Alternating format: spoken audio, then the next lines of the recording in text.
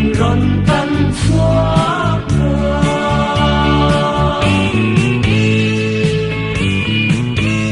nằm đi đó là thiam chân tum te u khi xa này in chân không ai là chú in tu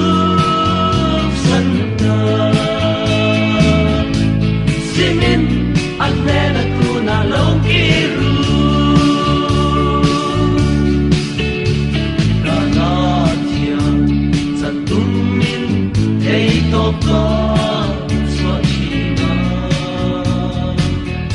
mà sẽ chân đâm lại xóa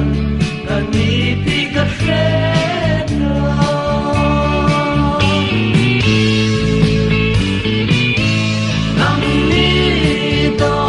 Hãy subscribe cho kênh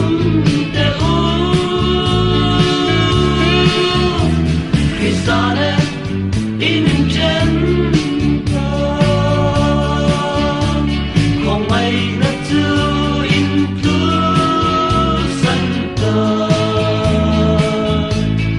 Mì Gõ để không bỏ lỡ những video